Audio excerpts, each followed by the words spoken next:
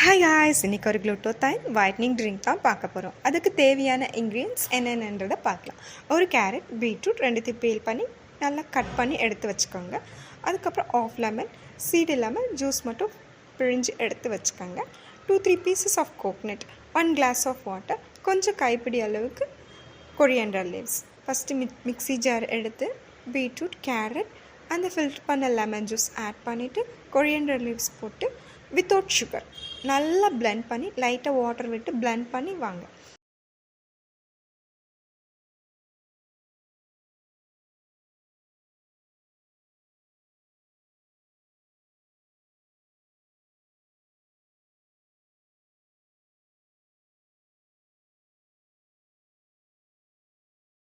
இது ஃபில்டர் பண்ணிட்டு ரெகுலராக குடிச்சிட்டு வாங்க.